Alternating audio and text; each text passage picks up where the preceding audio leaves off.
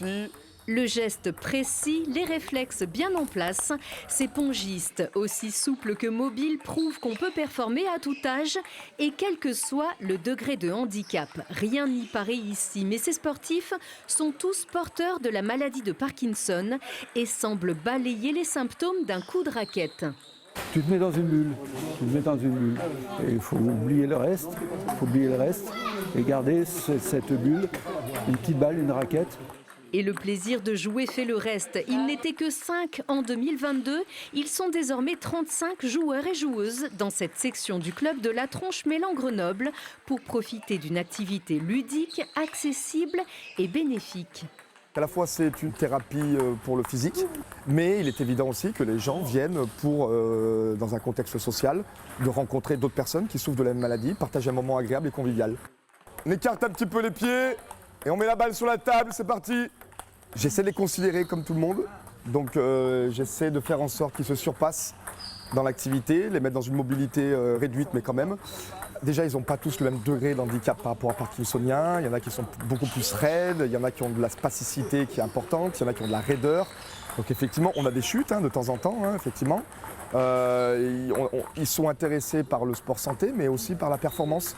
Une étude japonaise a prouvé en 2021 que le tennis de table améliorait la coordination, renforçait l'équilibre et la posture, la motricité fine et permettait de stimuler les fonctions cognitives.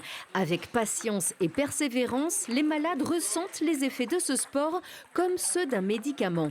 Vous êtes capable d'anticiper la balle le plus tôt possible et placer la raquette au bon endroit, c'est magistral, quoi. Quand vous prenez votre traitement, au bout d'une demi-heure, ça marche. Et là, il faut profiter du fait que ça marche. On a un temps qui est assez limité, qui peut durer 2 heures, 3 heures. Mais si on ne profite pas de cette période-là pour faire les choses bien, eh ben on régresse, quoi. Du coup, on fait ça, j'ai compris très tôt.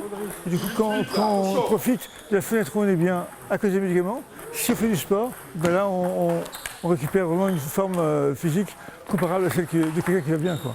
Oui, ils sont à fond, ouais. Puis on est à fond. Là. Ouais, à fond, complètement. À fond comme Olivier, ancien pongiste en club, parkinsonien depuis 8 ans, il s'est transformé avec la pratique intensive.